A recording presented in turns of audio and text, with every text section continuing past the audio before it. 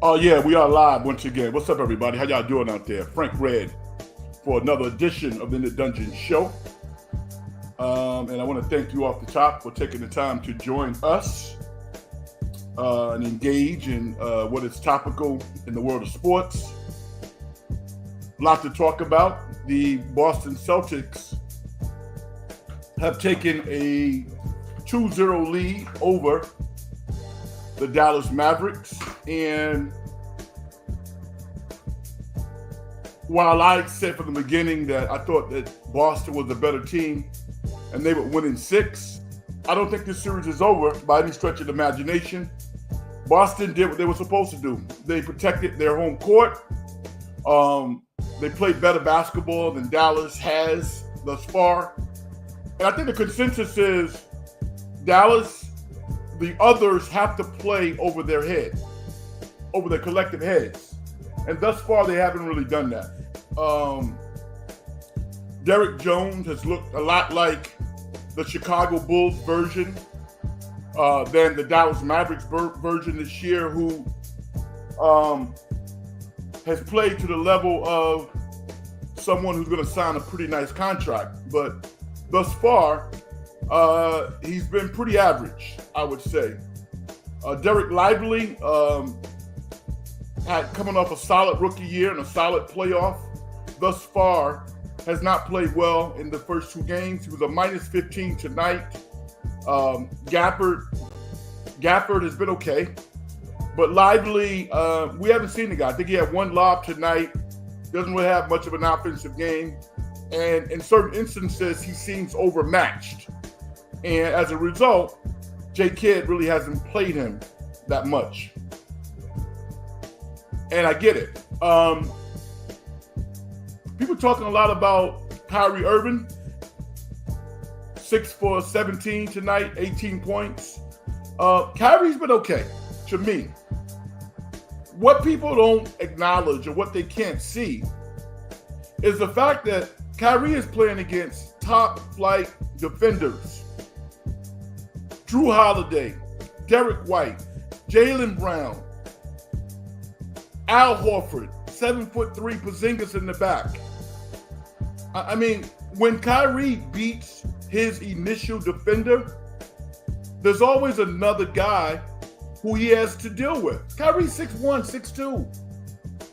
Kyrie Irving is at his best when he is free-flowing, this court is wide open, and he knows that he has teammates that can knock down shots.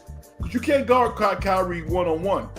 But you can hedge against him like they're doing from the Celtics perspective and slow him down. So it's really not about Kyrie not playing well. Kyrie has been okay. He hasn't been spectacular, but give the Boston Celtics a lot of credit for loading up on Kyrie. That's been a problem. Luka, Luka's been Luka. I mean, dude is one of the best offensive players that the NBA has ever seen. You know, but everything that I know about basketball says that one-way players don't win. He can't guard anybody. You know? And that's a problem. That's a problem because his usage rate is through the moon. He had 32 points, 11 assists, and 11 dimes. I think he might have had 11 turnovers. You can't play basketball like that. Luka, as a 26-year-old, it kind of makes me a little sad because he looks like he's 30. 32. And it kind of reminds me of the tail end of Larry Bird's career. Now, Larry Bird played, on the right side of his 30s, I believe, maybe 34 or 5 or 6. Can you imagine Luka Doncic playing basketball at 35? 10 more years? I can't. He's 26. You're not even in your physical prime at 26. You reach your physical prime somewhere between 25 and 27.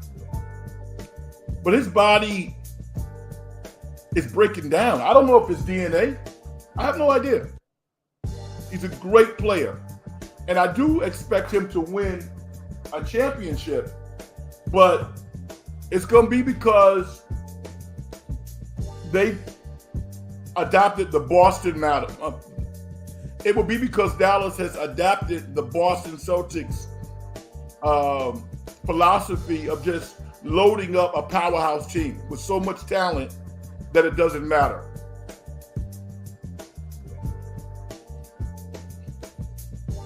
Now, at the top of the program, I said the series is not over. It's not.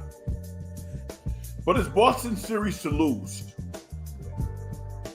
No way with that type of personnel should they not win this year's championship. They won 64 games in the regular season. They're clearly the best team. And the cool thing about Boston is they have some real professionals on the floor. Drew Holiday is all about business. He's already won a championship. Jaylen Brown, he probably is their best player at this point. Their best all-around player.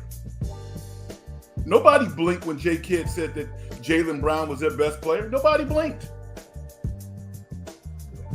Is he more talented than Jason Tatum offensively? Probably not.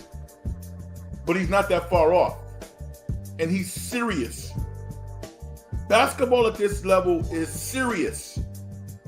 It's not for kids. It's not a game. This is mental and physical,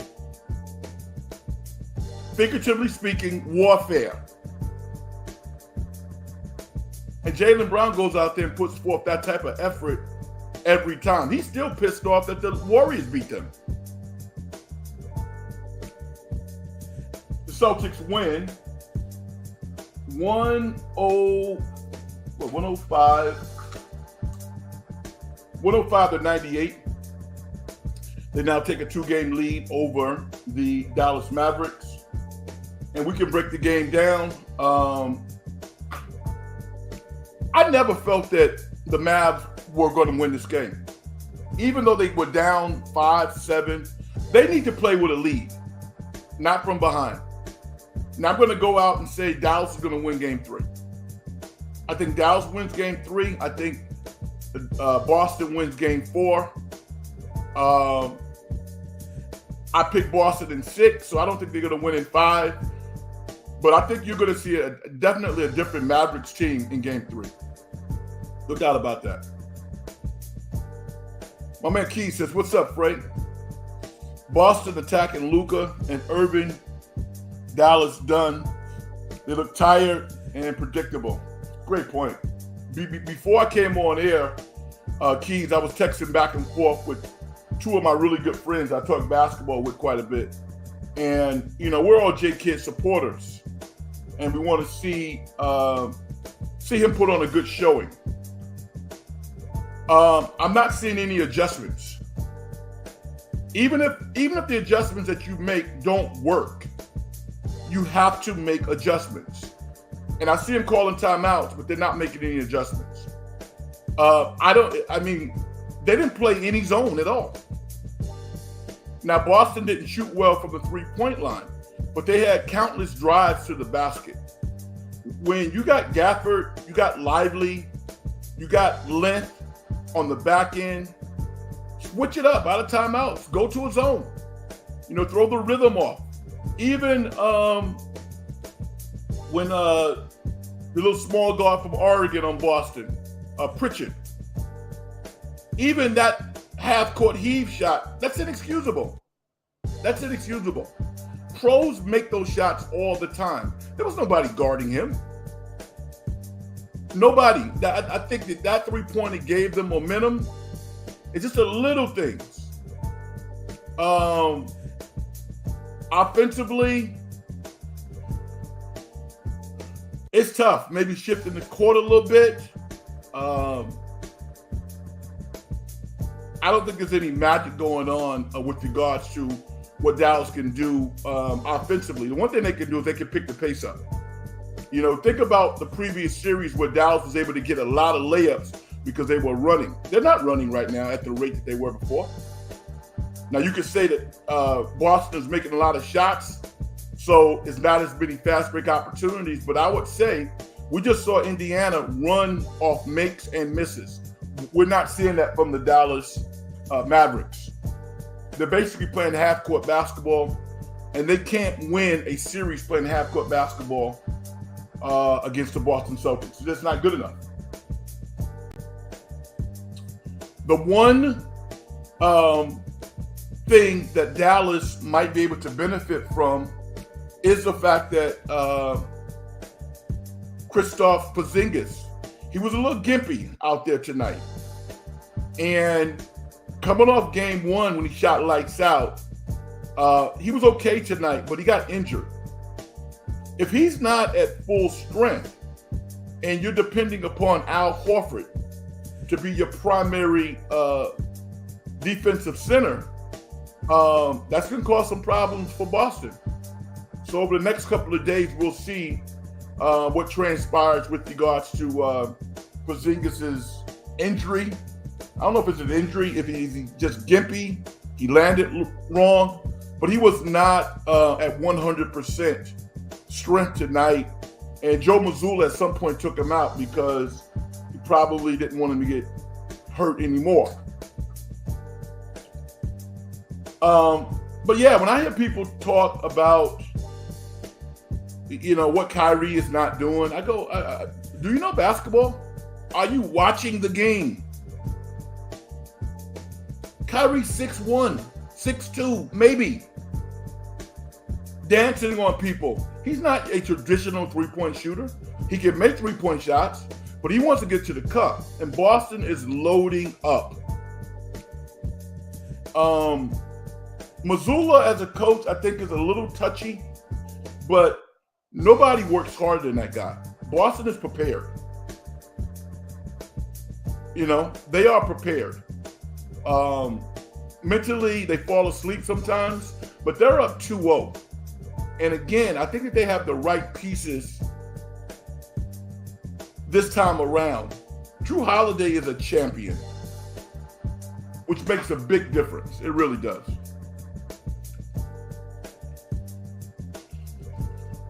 Also, you can embrace pressure or you cannot. Joe Mazzulla, I don't think that he looked at Jeff Van Gundy being in the background as a negative. I think he looked at it as a great opportunity to learn from one of the brilliant coaches in NBA history and get better. It's his job. And if you go back to 2002, that rendition of the Boston Celtics against the Golden State Warriors, this team is tighter. And yeah, they got a couple of new pieces, but they are essentially the same team. The two best players are 2 years older. It's not like Marcus Smart was horrible, but this team is better prepared. They're more confident, and they look like they've been through the rigors, like old school NBA basketball used to be. You should go through your battles before you win a championship.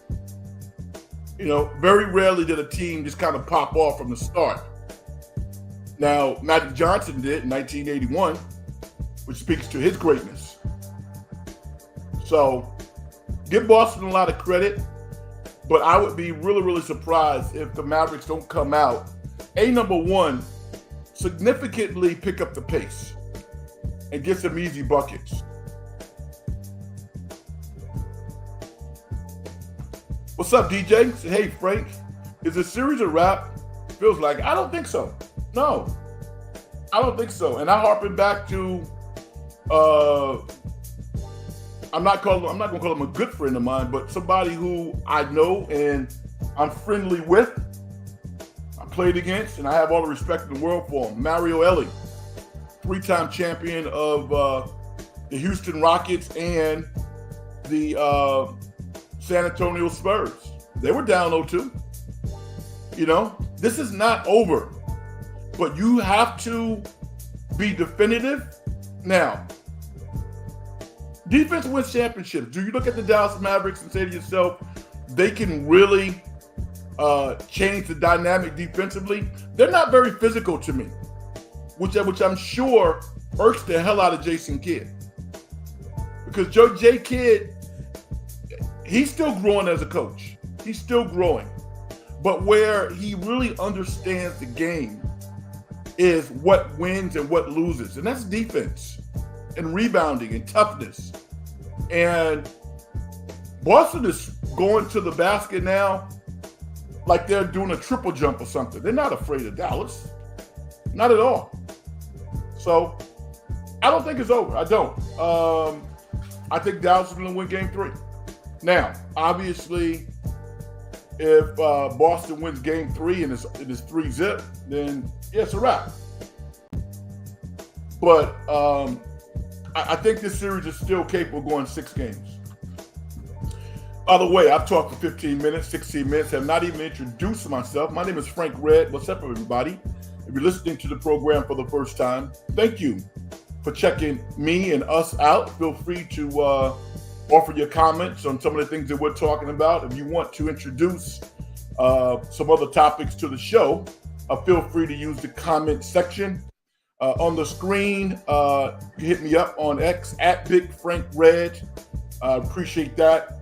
And hit the like button if you like what you hear, and subscribe to the show. Yeah, there you go.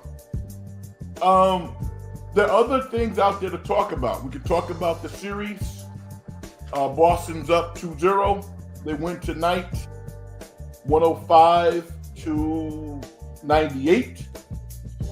Jaylen Brown scores 22 points. Drew Holiday has 26. Jason Tatum has 18. I think he shot 6 for 17, 6 for 18. For other people also to say that Jason Tatum has to have a huge game for Boston to win the series. No, they don't. No, he doesn't. No. Dude had 11 assists. You know, the problem is some people just don't know basketball. This dude has some flaws in his game that he needs to work on.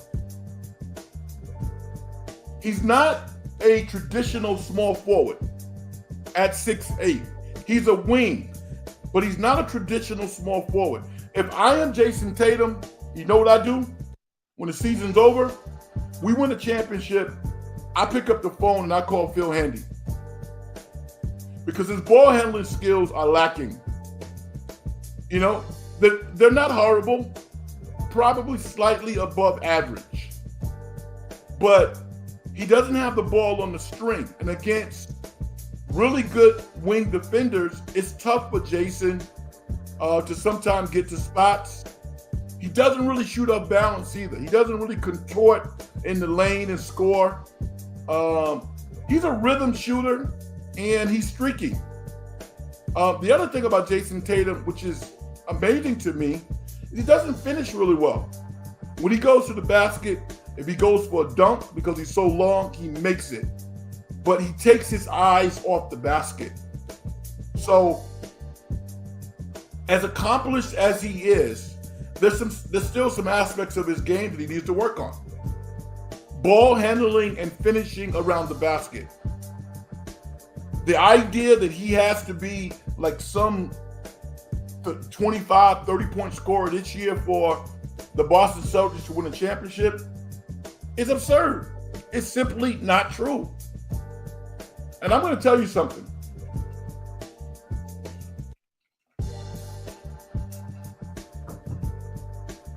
Scoring a bunch of points and putting up gaudy numbers, when you juxtapose that versus winning a championship, it's small potatoes. This dude wants to get in the club. Jaylen Brown wants to get in the club. Al Horford. All of these guys want to get inside the rope. They don't give a damn about who scores what. The Dallas Mavericks are a flawed team. They don't have enough offensively.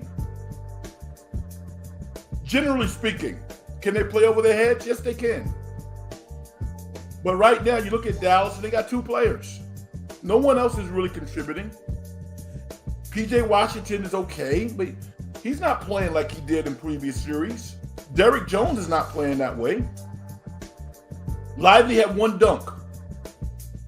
Gafford is playing pretty good. He's playing okay. J. Kidd's really not using his bench. I'm like, J. Kidd, you're struggling offensively. Tim Hardaway Jr. can't get on the court.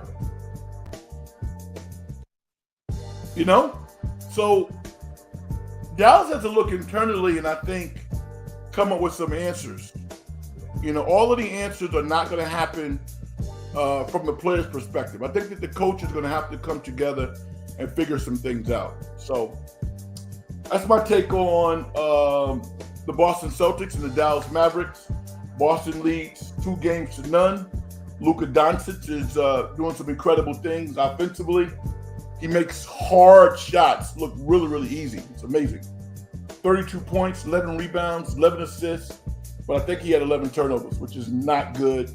And his usage rate is off the chain. Now, you would think that Luka played far superior to Kyrie Irving, right? You might think that if you didn't watch the game. In terms of their overall efficiency, they were both -3.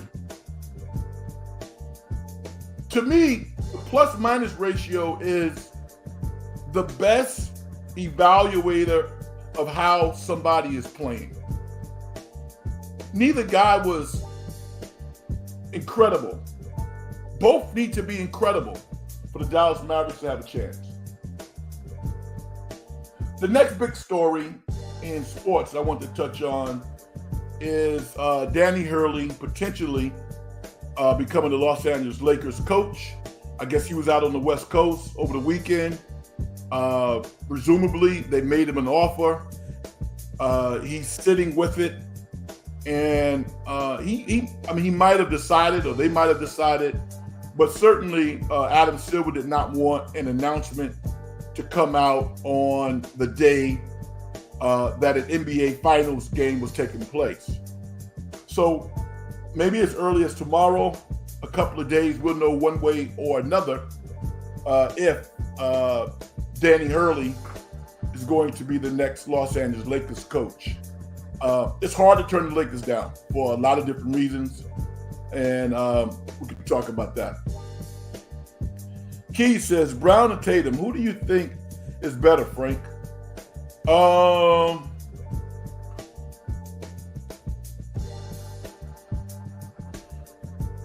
I think Tatum is better. I do. I think Tatum is better.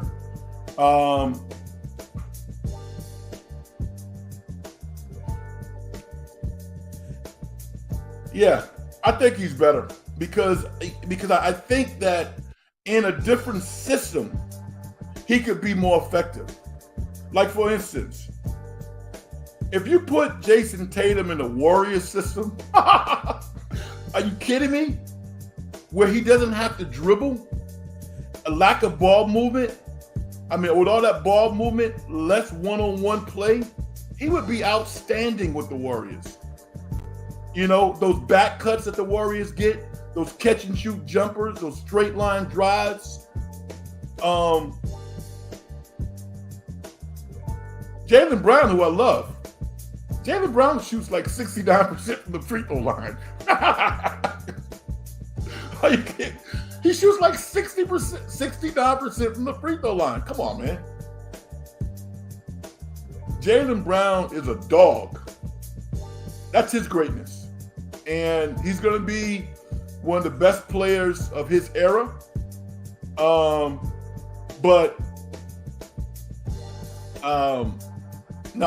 think Jaylen Brown is possibly Boston's best player right now. But if I'm a coach, I'm looking at both of these guys, I'm going to pick Tatum. Because I think part of Tatum's challenge is psychological.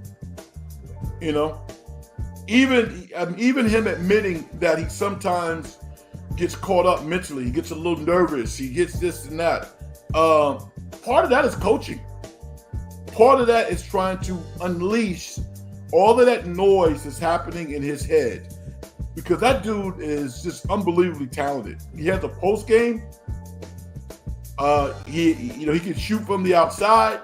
He definitely needs to work on his ball handling skills.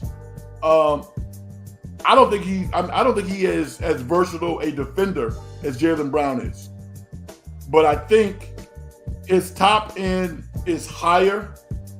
I mean, you're talking about two of the best forwards in all of basketball. But when I look at Jason Tatum, I think he probably fits better in more organizations than Jaylen Brown does. Jaylen Brown fits extremely well in Boston because Boston fans expect players to play the way that he does. He doesn't take plays off. He's a two-way guy. He's not in awe of his superstar teammates. He's about winning. So, thinking through your question now, I think Jaylen Brown and Jason Tatum are probably equally good for Boston. But when I look at other opportunities, I think Jason Tatum would probably be more attractive to other teams because he has more versatility offensively.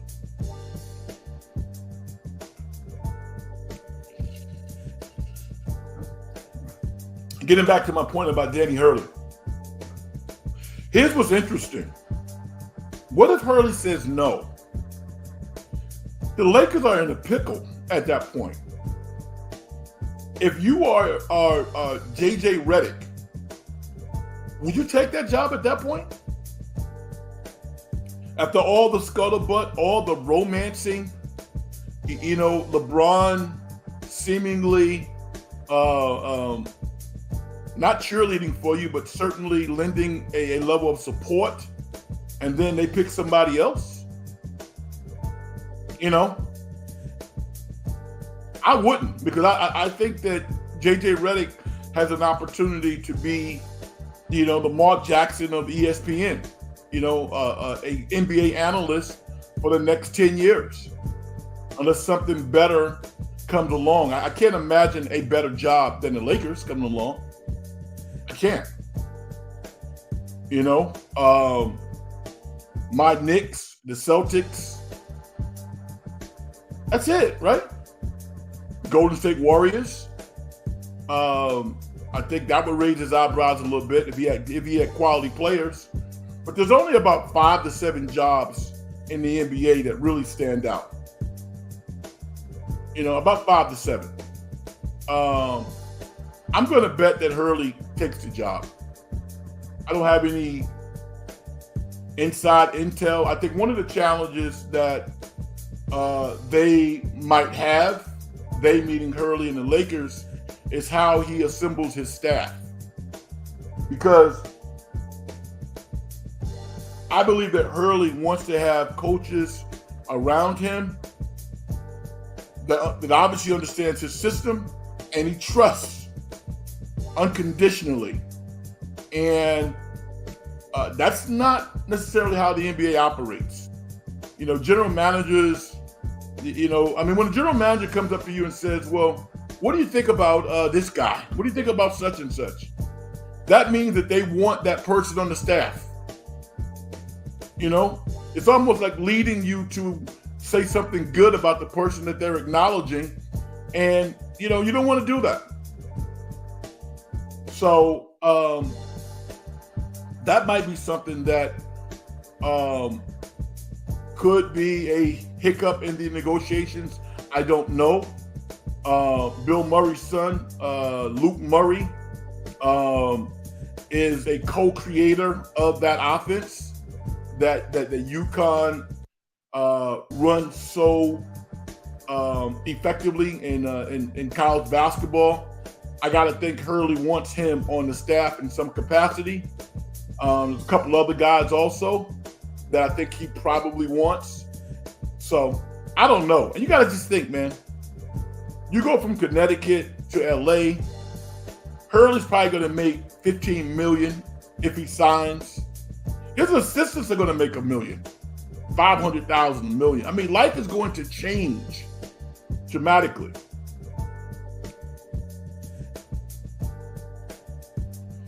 Keith says Brown plays both ways. I agree. Yeah, you're a dog, man. Brown is about business. The cool thing about Jaylen Brown, dude signs a $300 million contract. He plays like he's on a rookie minimum contract. You know, he's a different guy. When a reporter told him, he's a young guy. When a reporter told him that Jay Kidd said that he was the best player on Boston, Jalen didn't even blink. He's like, well, everybody has their opinion. What a great response. You know, without supporting Jason Tatum, he wrapped his arms around him. He said, well, everybody has their opinion. This is a team game. It's not about one player. I love that. So, he's special. No Cap says, told you, Frank, Celtics in 4 or 5. 22 Warriors would get bounced out by this Celtics team. No, they wouldn't. Why? Why? Please quantify that. No Cap. Listen, the Warriors had what most teams don't have. Stephen Curry. Now they would have, when they got Drew plays Stephen pretty good. He really does. But part of Dallas's challenge is they don't have a guy who can go off from the perimeter. You might say, well, what about Luka? Luka's not the same player in the fourth quarter as he is in the first quarter. You know, I just think that the energy that Stephen plays with now. The 24 version Stephen Curry was not the 22 version. So, I don't know. I'm speculating. I just know that the way that the Warriors play basketball, the game's a lot easier.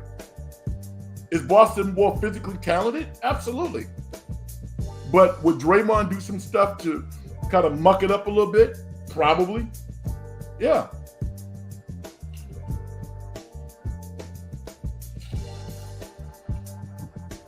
Would Joe Mazzulla outcoach Steve Kerr? I don't think so. Hell no. So, you know, I think that it comes down to half-court execution, which is why I'm excited. I get excited about basketball every year. Generally speaking, the smart teams advance. I can't wait to see what the Warriors do this year. You know, because they're going to have to pull something out of somewhere.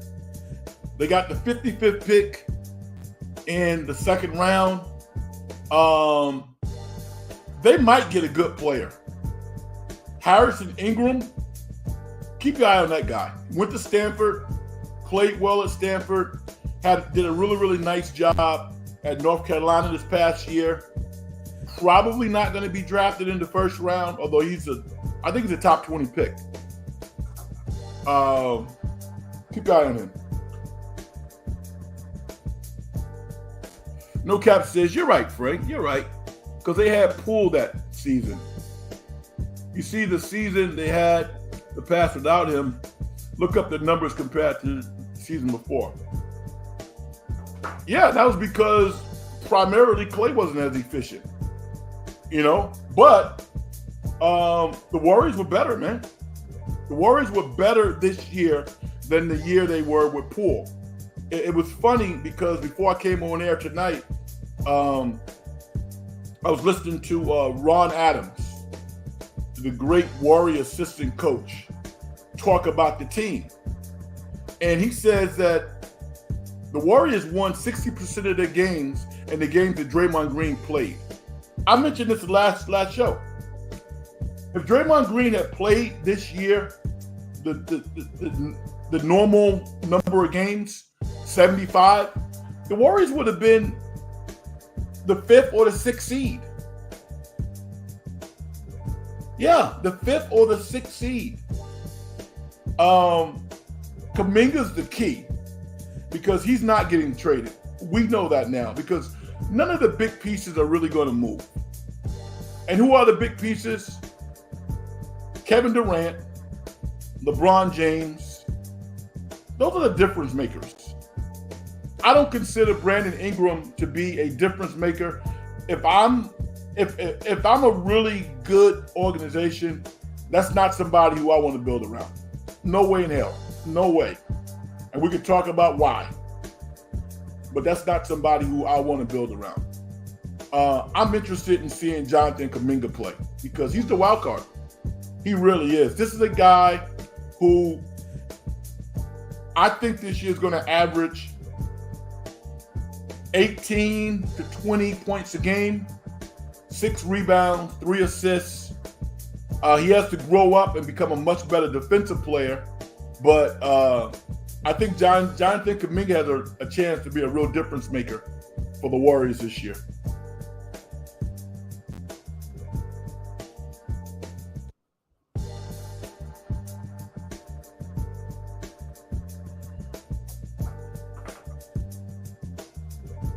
Dre says, Tatum is facing the same defense that Anthony Edwards was getting against Dallas. It's not easy, but Boston is more deep and better than Minnesota as an overall team. Dre, I would agree with that. There's some truth to that. There's definitely some truth to that. But fundamentally, as a defensive player, the first thing I do, and my friends talk about it, is like I call it doing a diagnostic. You know, you bring your car into the mechanic, and he or she, mechanic, they're going to get under the hood and they're going to assess what the problem is or what the strengths are and what the challenges are. Every time I look at a player, I've already done a diagnostic and I know where the problem areas are. And I think that's part of Jason Tatum's challenges. Now, you know, he puts up big numbers in the regular season, but in the playoffs, he plays against really, really good players. He has some challenges in his game.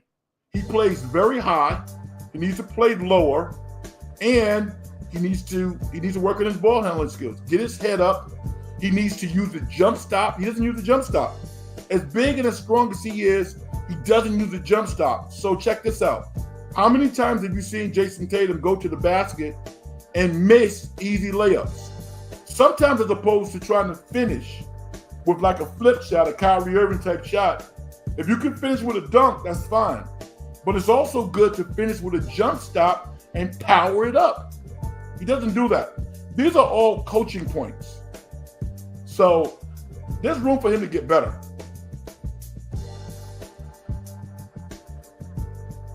No Cap says, if the Warriors still lose the first round by OKC and the Wolves, I know they don't. I disagree with that.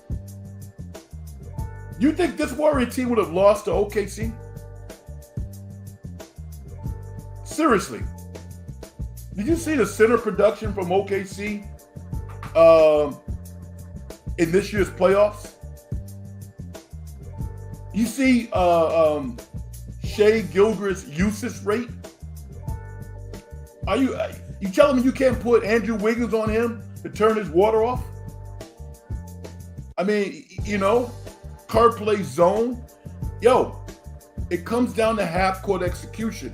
They're going to look at OKC's coach, the coach of the year, a little closer next year because they got to get better. They got to get better. They got a lot of draft capital. Maybe they can find a way to get the kid Klingham out of UConn, but they need a big guy in the middle who can play.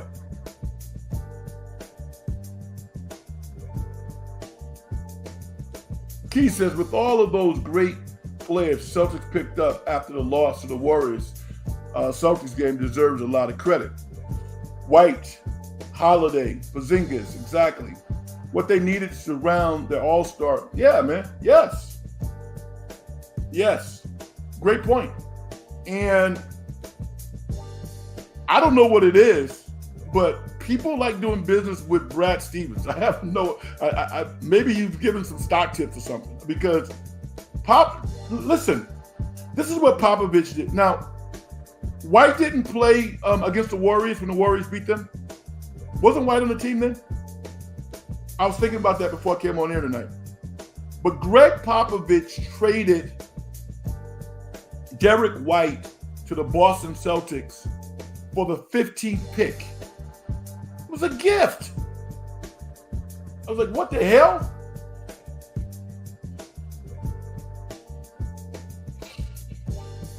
Relationships matter.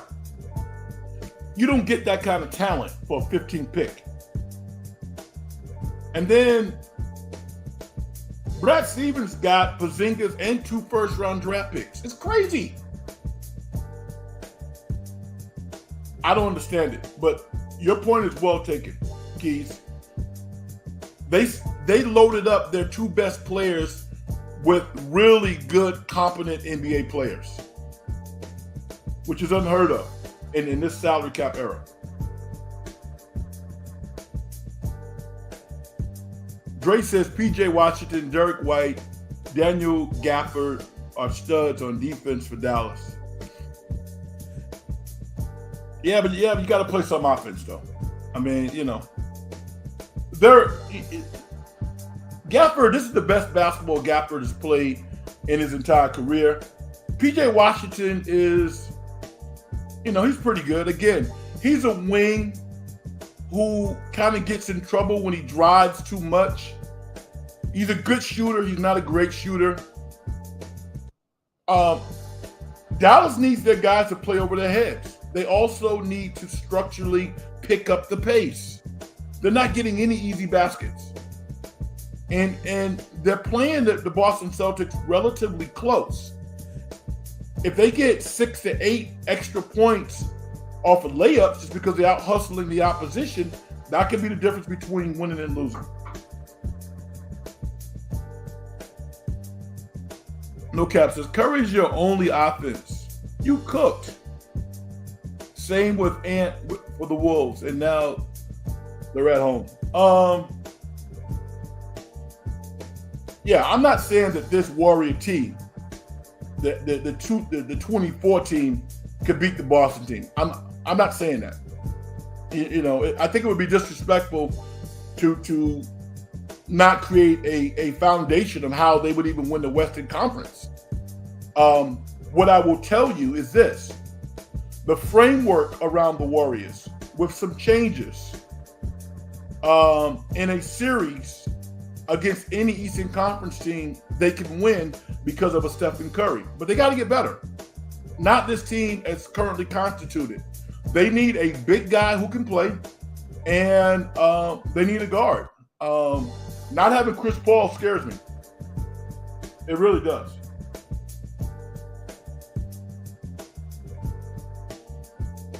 What? No Cap. Franks, you had the Mavs. No, I didn't have the Mavs. I did not.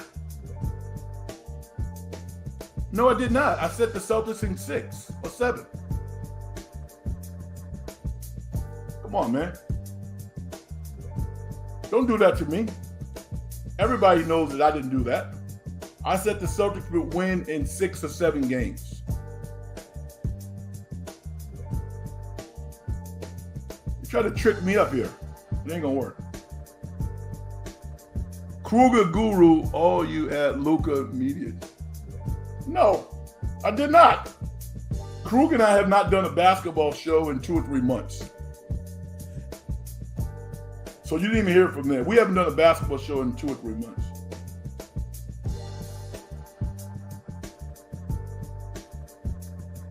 You telling stories is what you're doing.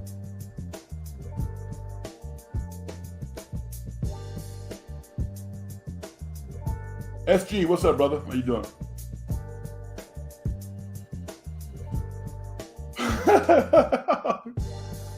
SG said, you're a great humanitarian. You know what a humanitarian is? Why am I a great humanitarian?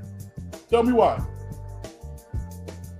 Tell me why, tell me why, tell me why we can't live together. Sade.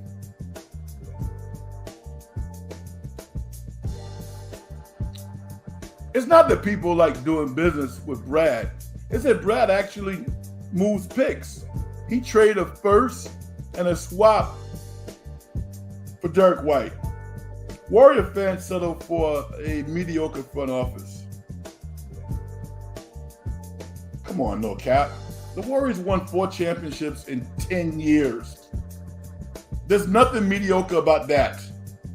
And I don't know the intricacies of the Brad Stevens to San Antonio deal. What I do know is Boston sent the 15th pick to San Antonio. Did they give up something else too? I didn't know about that.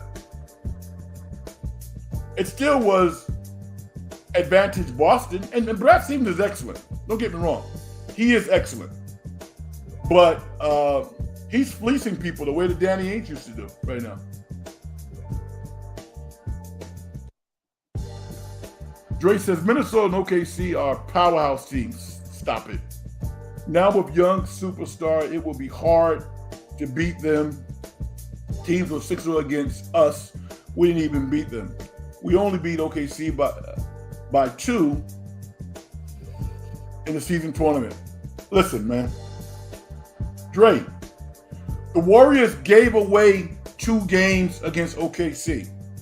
Now, I'm probably older than you are, but do I need to jog your memory? Draymond Green fouls a perimeter shooter when the Warriors are up 3, I guess. They make 3 free throws. The game's over. And then the other time, all they have to do is stand on the 3-point line. They let Chet Holmgren catch the ball, contort to his left, and throw in another shot to go to overtime or beat them. Those are 2 games the Warriors had in the bag. Yes, I watched the games. They gifted OKC 2 wins this year. Gifted them. OKC got some work to do. SG said my thoughts on Luka.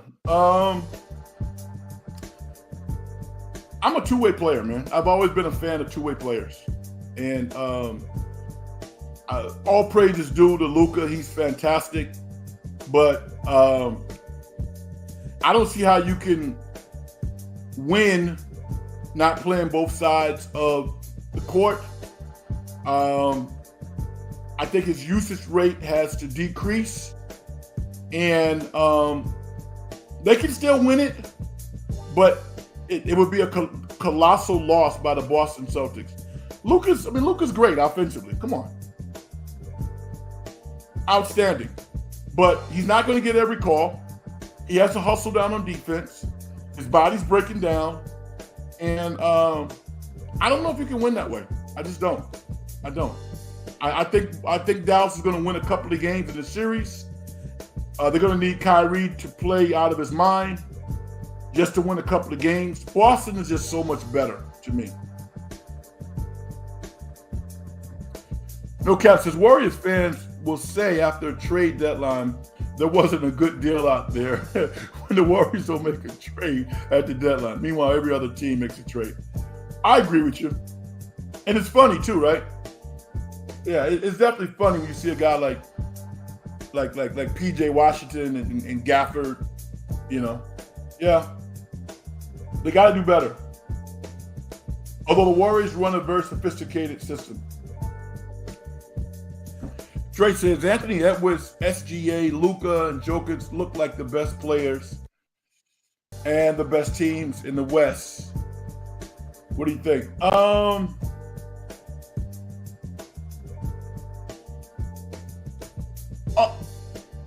Until Minnesota gets a point guard, I'm not worried about them. Until Cat Towns follows the coach's directions, I can't take them seriously. I can't.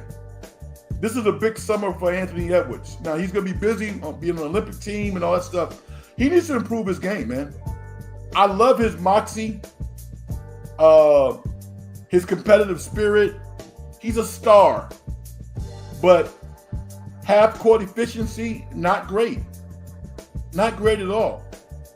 So, OKC, They got to play differently. SGA's efficiency rate is too high.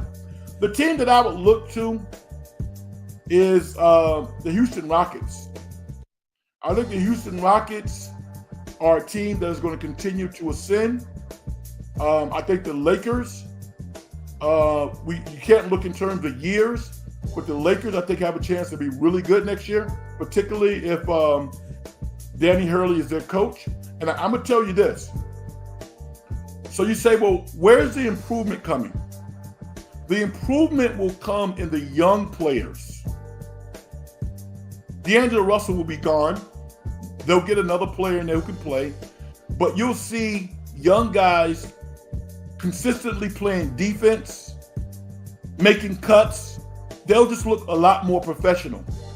And I think kind of like what LeBron is alluding to, it gives the stars more room to make mistakes. They don't have to be perfect because they're getting more from the role players.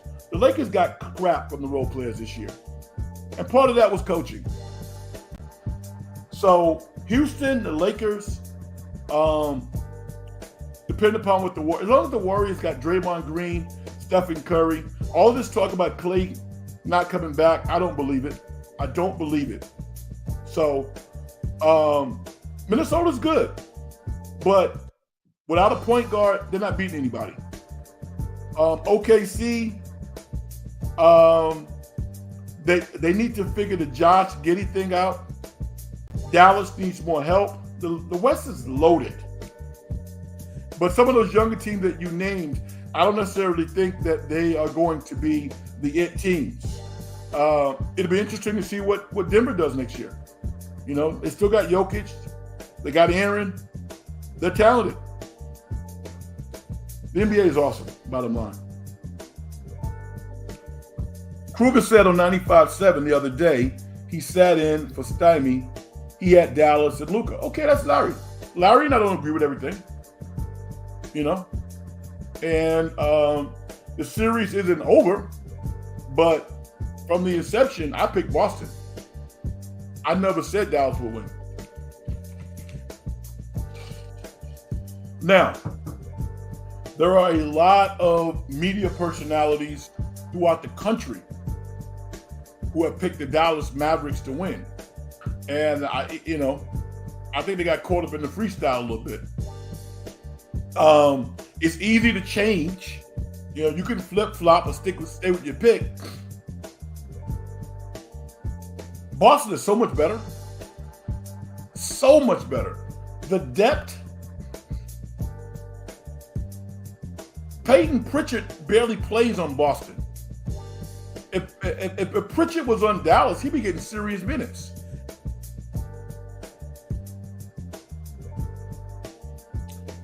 Yeah, man, you're right. What happened to Sacramento and Fox? Anthony Edwards made the conference finals and SGA made their second round, and it was supposed to be Sacramento time because of last year's first round 7 game series. Yeah, you know what? Therein lies why Mike Brown had some challenges negotiating the contract. Sac got to get tougher, man. They have to get tougher. I'm not gonna look to Mike Brown. I think Mike Brown has taken those guys as far as he can. I think it's up to the players. And I don't know what the players are doing to get better. And I don't even think it's physical. I think from a mental perspective, Sac has to play better. If I'm Sacramento, I'm taking that 13th pick and Harrison Barnes and trading it to go get me a better player. Brandon Ingram's a guy who Sacramento probably would look at. Now, why would New Orleans trade within their conference like that? They probably wouldn't do it. But a Harrison Barnes, the 13th pick, maybe a pick swap to New York to get Julius Randle, that's something that I would look at. They got to get better. Sac can't come back this year with that team as they are currently constituted. It can't. Now, Uh, they might have some cap relief because Sasha, the European player from last year, is not coming back. I think it's a wise move on his end because he wasn't going to play. No cap, you were fine, man. And let's not go back there. Clank, let's remove that from the vocabulary. That was when Curry. All right, let's not do that. We're not going to disrespect players on the In the Dungeon show.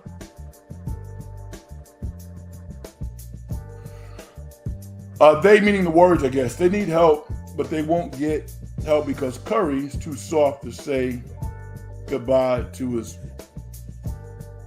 Come on, man. You're one of them contrarian guys, huh? Huh? Now, I don't know what your gender is, but you're one of those people who just kind of take a negative take on things, huh? Kind of stir the pot, right? No facts, just hot takes. Come on.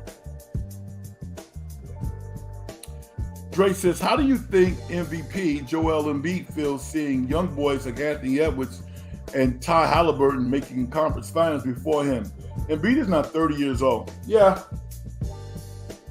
I had a conversation a couple of years ago about Embiid with a gentleman at my health club.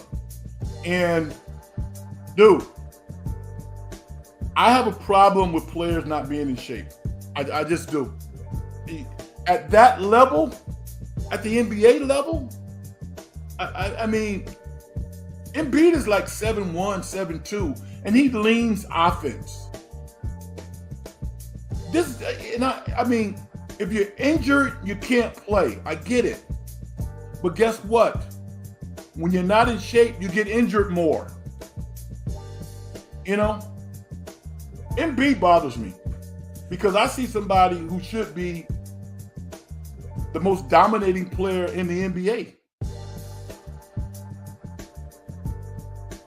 He's never made it past the second round. People kill Jason Tatum. I'm like, are you out of your mind? What about Embiid? Yeah,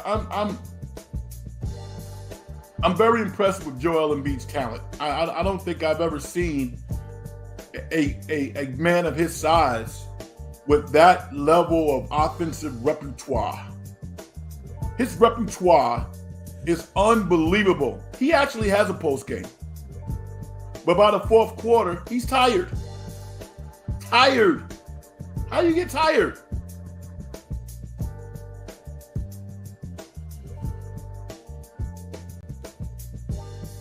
I was at that game. Which game are you talking about?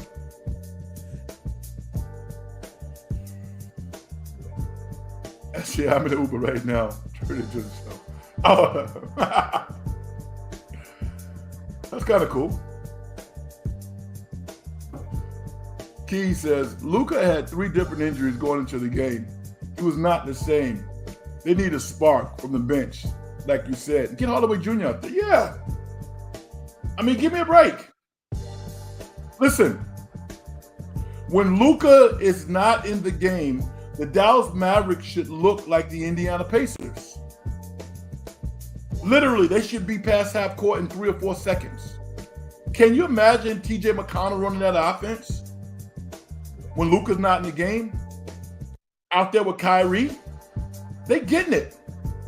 That's coaching. So J.K. got to make some adjustments. Would you trade Wiggins for Kuzma? Hell no. No, I would not. And I understand why some people might. Kyle Kuzma is an accomplished offensive player. He's more consistent offensively than Wiggins, but I'm a sucker for defense. I don't have a problem trading Wiggins because I got to get, Kuminga on the court, but not Kuzma. Kuzma is not the defensive player that I need to have in my organization. I would send Kuzma to Sacramento. I think Kuzma makes Sac better because Sac gets stuck offensively. The Warriors system is so good that they don't quite need as good an offensive player. They need somebody who can make shots and still be a high-level defender. And that's not who I think Kuzma is. Currently got him. Dre, Anthony Edwards is the first player since LeBron James to make the conference finals at 22 years old and average more than 25, 5, and 5 and lead the team in points and assists. Ant was an amazing player. Yeah. But the NBA is ever changing. You can't rest on your laurels. There are other players coming in and getting better who want to kick your butt. There's nothing that says that Minnesota's going to make it to the Western Conference finals next year. Nothing. You think Gobert's going to be better next year? I don't think so. You think Cat Towns is going to be better next year? I don't think so. Anthony Edwards will be better. Will Mike Conley be better next year? I don't think so. That's why the NBA is such an incredible league, because it is truly a year-to-year proposition. Nobody has won back-to-back championships in the NBA in a decade. That's how competitive it is. The Warriors were the last team to do it. And it won't happen for a while. Even if Boston wins this year, they're not winning next year. I don't think so. No cap. Warriors have no shooters. They stunk in 2015. Yeah. Prime Curry, you need 4.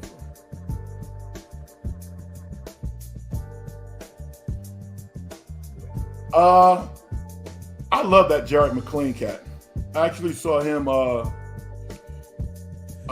a Warriors workout. I know the Warriors want him so bad. They want that kid so bad.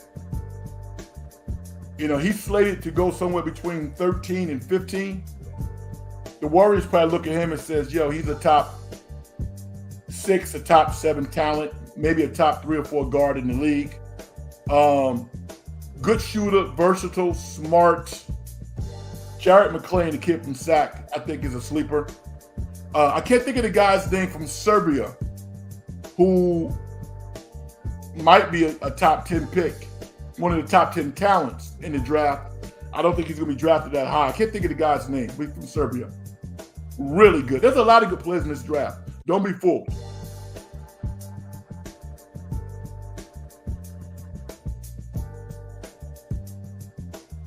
I said Larry Kruger was filling in for stuff. Yeah, I know what you said the other day. And he said Luka will win the series. Well, the series is not over, but it doesn't look good for Dallas. Reason why they're playing next year is because Curry is soft. Stop calling Curry soft. Stop that. It's totally unfair.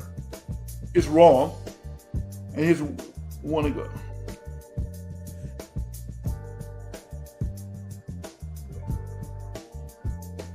You know how mentally and physically tough Stephen Curry is? Seriously, you play basketball? This dude is out there in the 3rd and the 4th quarter with his chest burning like a forest fire. Still trying to get it done. You got to go elsewhere. Leave Stephen Curry alone, dude.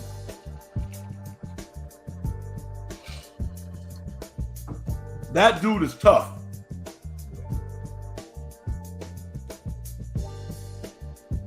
No, Frank. I hate how soft Curry.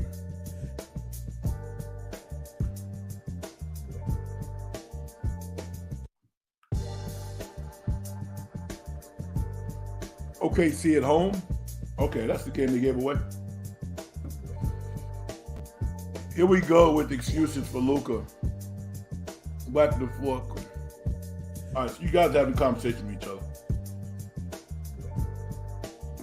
Can Philly ever get over the hump? Or does Embiid need to go to another team? Or what would that? You know what, man? We need to stop that. Since when do superstars get to move and go somewhere else and make all the money? Philly is Embiid's team. Right? He needs to win there. He needs to dedicate himself And he's on the Olympic team too. It's not like the old days, man. It really isn't.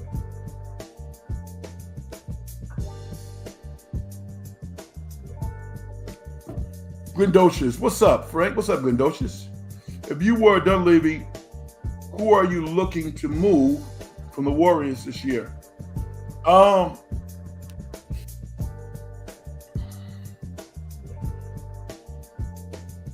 Definitely Wiggins if I could get something good in return. If I could trade Wiggins and then package that with CP3 to get a quality player, then I would look to do that. I would get my salary cap to the point where I could use my mid-level exception, and I would go out and get me a veteran big who could play, and I would get a guard. And I think the Warriors are going to get a good player at 5'5" in the second round, who's probably going to be a contributor to the team. So nibbling around the edges, getting youthful players who can play that are not all that expensive. But I think this playoffs has really increased Wiggins' value. And if Wiggins has a really good Olympics run with Canada, he's going to be even more valuable. So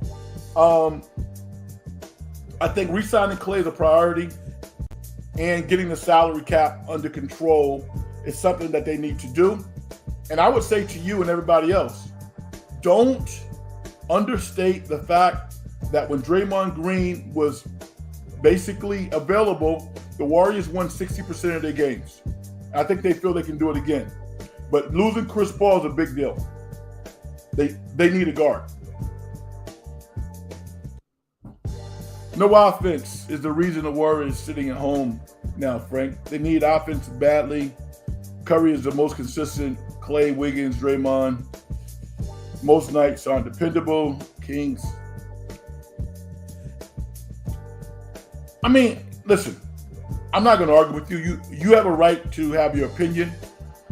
But the Warriors system is one of their offensive players. They lost in a single game elimination. Anybody can lose in that situation. In a series, I would have to see the matchups to draw a conclusion with regards to whether or not the Warriors can win. The Warriors were competitive against most teams that they played against last year. They really were. Now, was that team capable of winning the championship? I don't think so. Were they capable of winning a series? Yeah, I think they are.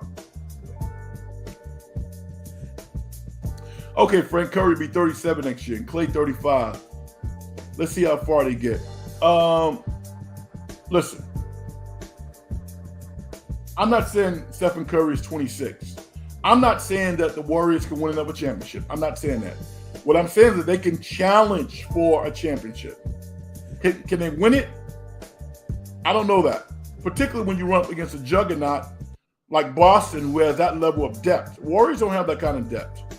I haven't mentioned Brandon Podzinski's name one time tonight because I don't know. I don't know how good this kid is. I don't know.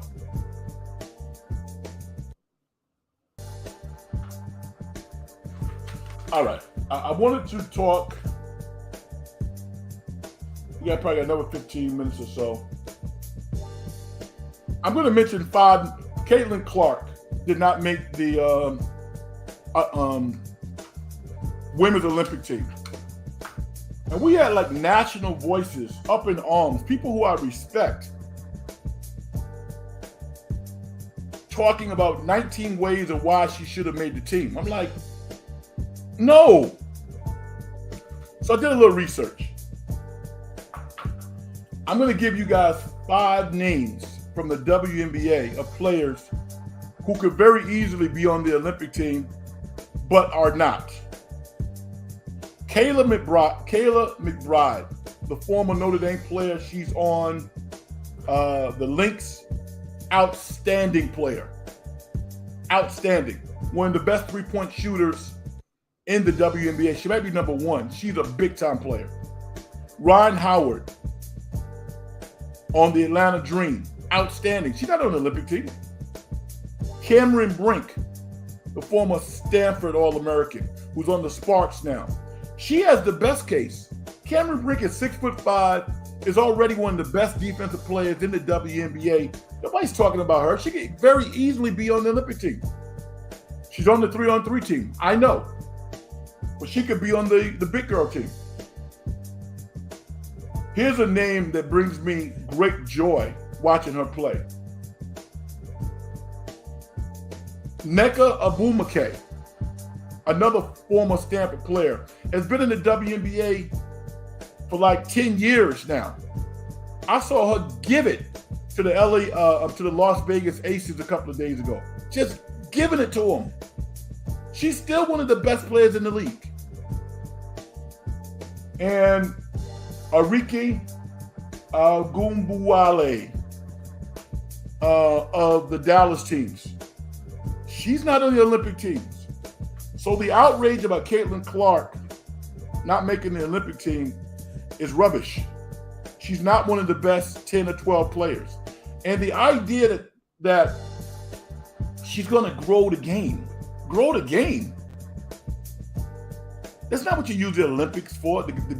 Like, people don't know basketball. This is winning time. If Caitlin was on this year's Olympic team, she wouldn't play a lot. Let her go and get it out the mud. Earn her stripes, and in 4 years in Los Angeles, she'll be on the team. Like she should be, but not on this team. So I think they made the right decision. Let me get Dre's comment here. Dre says, all these former bad teams making it past the first round, and Sac still hasn't made it past the first round since early 2000s. Minnesota now posted them up. Wow, Minnesota was a dead zone. I'm not big on Minnesota. Minnesota got to get their ownership situation right. They got to get some pieces that work. Yeah, they're talented. They got one of the top, 5 stars in the NBA, maybe the #1 young star. But that don't necessarily have anything to do with winning. I'm about winning. Winning. RC Rules, what's up, brother? Hi, Frank. Always enjoy your takes, even if I feel differently. Isn't that cool? One of the things that I pride myself on, RC Rules, is I will always give you an explanation of where my thoughts are coming from. That's important because I watch a lot of shows and I follow this stuff. And people will throw stuff out there that I disagree with, and they don't support it with anything. At least support it. I will always do that. All right. I also wanted to talk about Darren Waller, former Baltimore Ravens, Oakland Raider, got traded to the New York Giants last year. Really, really talented guy. I think he played 8 years in the NFL, maybe 10. I'm not quite sure. He's probably best known now for doing a rap song about his, I guess, ex-wife or separated partner, Kelsey Plum, a member of the Las Vegas Aces. He's retiring from the NFL. Now, seemingly he's made a lot of money. We know how that lifestyle works. Hopefully he has some great investments and he doesn't need football anymore. But I'm a little concerned about Darren Waller. I just hope that he has a sound support system. He has a plan of what he wants to do in his post-football career. Because we know about his history and some of the challenges that he's had in his life. I won't get into that. You can do your own research. But what a great story of triumph from Darren Waller. And now things appear to be spiraling downward the breakup of his marriage, and now he's walking away from football during a time when seemingly he's still in his physical prime. So I just wish him all the best. I hope that his friends and family stays close to him, and he has those support systems in place if he needs them. So I want to wish you all the best, Darren. Aussie rules again. Don't know if you discussed, is Brittany Griner deserving of Olympic squad? She's not played much this year. I don't think so. I mean, not based on ability. I think that she's in that Diana Taurasi camp. Diana Taurasi can't even run up and down the court anymore. Have you seen her? She can barely make it past half court. Now, there's not a Caitlin Clark, Diana Taurasi, Brittany Griner conversation because they play different positions. And the coaches would know what they need from Brittany Griner. Is she capable of playing 10, 15 minutes a game? Probably. So I can see her being on a team if she's healthy. Has she earned it? No, I don't think so. Diana Taurasi, has she earned it this year? Where she is right now? I don't think so. I could see Caitlin Clark being on the team over Diana Taurasi, but that would be blasphemy. They're not going to do that. They want to have her as an ambassador on the team. I don't think she's going to play a whole lot, but I think they want her on the team. Okay.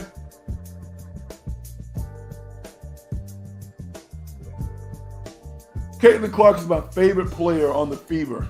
Name another one. And I'm so furious and angry that she didn't make the Olympic team roster. Why? I just named 5 players who's better than she is. You're angry. You're spitting fire. Why isn't she on the Olympic team? She can draw the game. She can grow the women's game and build ratings. I did the research on, you know what the women get for winning the gold medal? $25,000. All of the billions and millions and all those, you know who's making the money? The networks are making the money, not the players.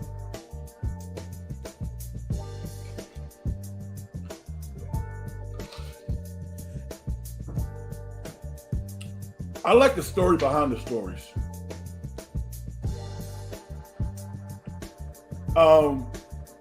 I love the way Caitlin is battling. I saw a great interview online with Stacey Dales. Stacey Dales is an excellent reporter for the NFL Network. Does a great job.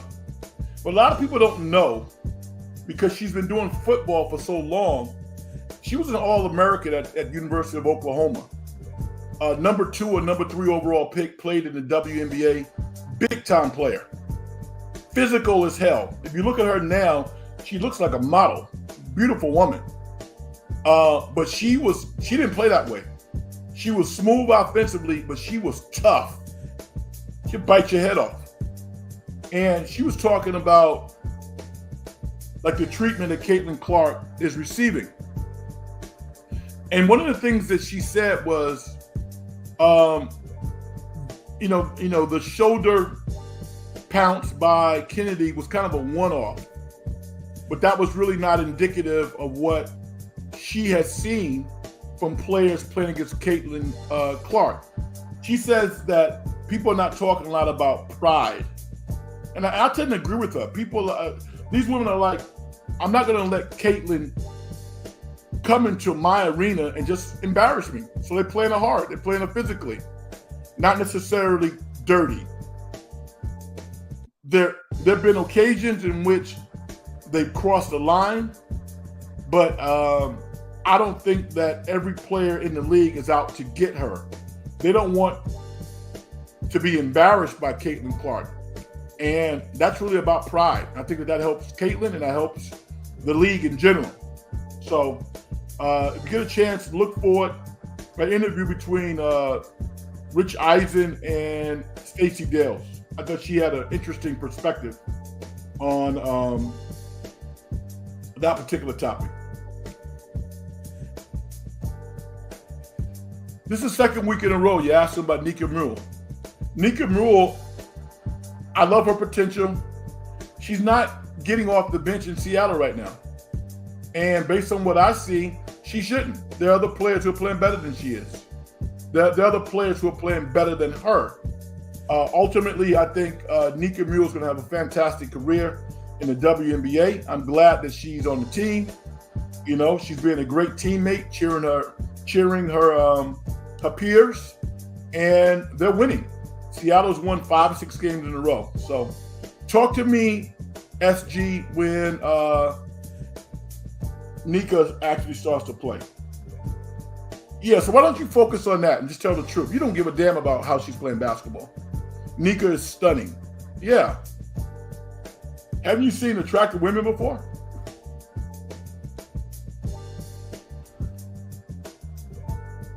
That's a dead giveaway. Dude, when you get around an attractive woman, you don't want to give it all away. Don't lose yourself. Play it cool. I'm like, listen, at my best, I was probably an 8 at my best. You know, if a woman appreciates somebody who's nice, reasonably intelligent, physically, I'm okay. About an 8. I don't know if I want to be higher than an 8. But I've been with some 10s.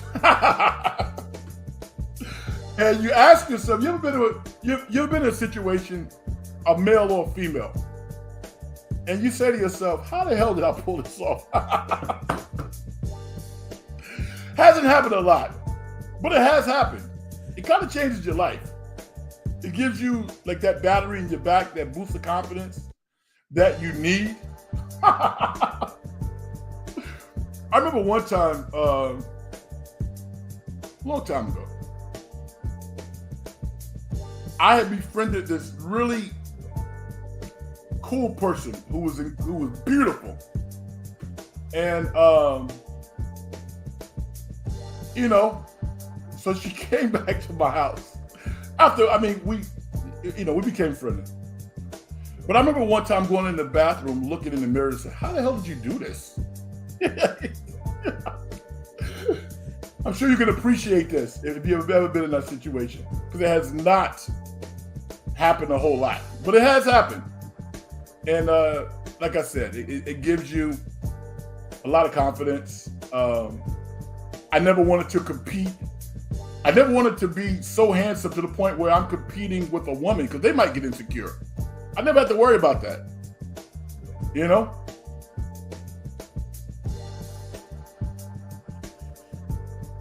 We need this though. Guys are funny, man. I mean, for anybody out there who might feel insecure about yourself, just be nice. Just be a nice stand-up guy, right? That's all you got to do. Not that hard. Washington Wizards, over 22,000 attendance for games. Yeah, I don't care about that. You know why? Because it's not sustainable. It's not sustainable. You know, I want to see good basketball. I want to see the women's game grow. Caitlin has been fantastic in encouraging her fans to show up. But that's really not how you build an audience. You build an audience based on the content and the product being good. And there's a lot of good I can watch a WNBA game from start to finish now, no problem. You know, I know a significant number of the players. It's crazy. I love being around attractive women. What? Like, you got to keep your distance, dude. Don't get too close.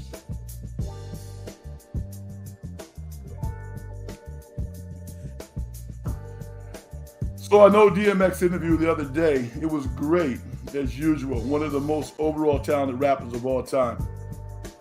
Oh, man. One of one. DMX is, I don't know where he ranks, but I tell you that he is the favorite rapper of a lot of rap fans. And the thing I love about DMX is you always got the sense that DMX was not concerned about how long he was going to be in this living form on earth. You know, you never felt that he was bothered by that.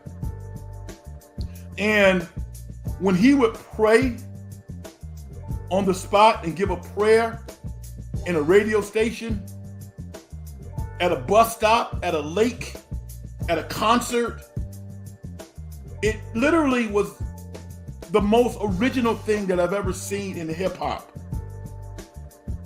This dude, it's never been done before. DMX had 2 #1 albums in the same year. His sound, his theory, his intensity is unmatched. And his flaws and his life and his journey was out front for all to see. One of the most honest artists in the history of music. I'm a big DMX fan. Incredible. I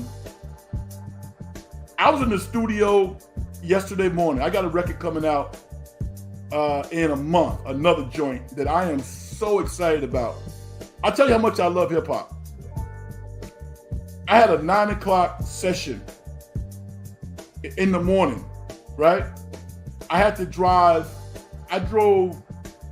damn near 2 hours to the studio based on where I live to do a 9 o'clock session. And I was in heaven. I couldn't have been happier. You know, sometimes I think that my music is probably going to outlive me and be my legacy. You know how important that is, to have a legacy? To do something that you're proud of, that you really can't put a price tag on. You know? When we start putting money in graves, then I'll start worrying about money. I'm not worried about that. I'm worried, I'm not concerned about it, but I'm aware of legacy. Maybe your legacy is in your community, in your church, in your job, in your art form, whatever it is. But I put everything into my music. I'm so proud of my music. I know it's on that level. And it's coming from a real place. And I've been inspired by artists like DMX, who always come from a real place. Can you imagine, with everything that hip hop has given us, to have people, let's go into the studio and fart around and make 3 records in a night. Really? Really? Can you go in and make 3 records that really mean something to you just randomly? That's not hip hop. Hip hop is about stories, it's about experiences, it's about your life. It's about other people's lives. And every time that car commercial comes on, when it says, X gonna give it to you, it resonates with me, man. It resonates with me because there was never a moment when you thought DMX was not being DMX, being truthful about who he was. I think about Guru of Gangstar every day. There's not a day that goes by I don't think about Guru. Had an opportunity to meet him multiple times. Came to one of my shows, actually told me, said, yo, dude, I think you dope. Gave me, this is when they had business cards, gave me his manager's business card. Hip hop is one of the most important things in my life. I wouldn't be where I am if it wasn't for hip hop. I love it. So when you asking me about DMX, you really struck a chord because it wasn't about the charts, it wasn't about the money, it was about him sharing his his journey with us. You know, cemented, just like like a KRS-One. A lot of people don't even know about KRS-One. Do your research.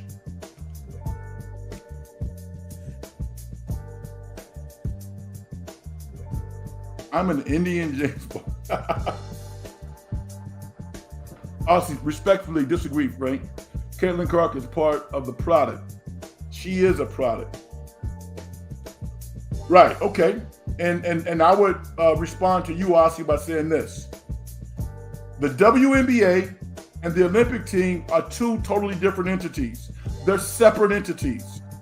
The women's Olympic team has won 8 straight gold medals.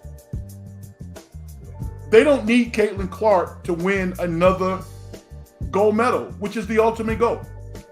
It's not to build the brand of the women's Olympic team. If you told me that Caitlin Clark should be on the WNBA All-Star team, okay. We can have a conversation about that. But being on the Olympic team, you got to earn that spot. You have to earn that. And she's not one of the top 10 or 12 players. And I'll even say this, even 25, 30 years down the road now, the fact that Kristen Leighton made the Olympic team over Shaq looks real weird right now. It looks really weird. I don't think they want to make that mistake again.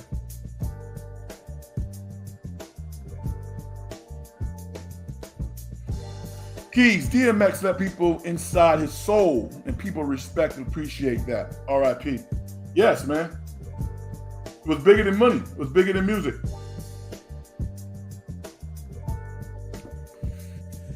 This NBA Finals has been rather boring to watch, in my opinion. It hasn't been great. No, it has not been great. And it is what it is. The NBA is kind of in transition.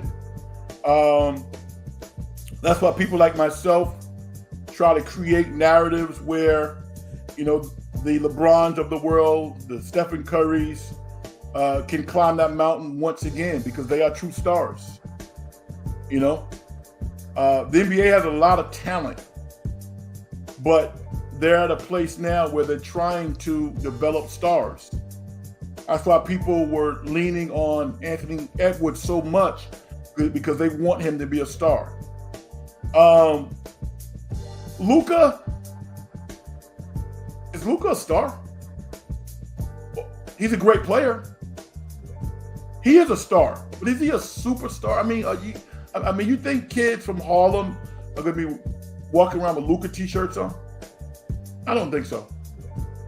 And it has nothing to do with his ethnicity either. It has to do with when you're in New York City, Chicago, LA, mano a mano, one-on-one, Luka doesn't play basketball like that. People are used to players playing one-on-one basketball, defense and offense. So I don't think the NBA is in trouble by any stretch of the imagination. They got a lot of talent, but they're looking for superstars. There's no doubt about that.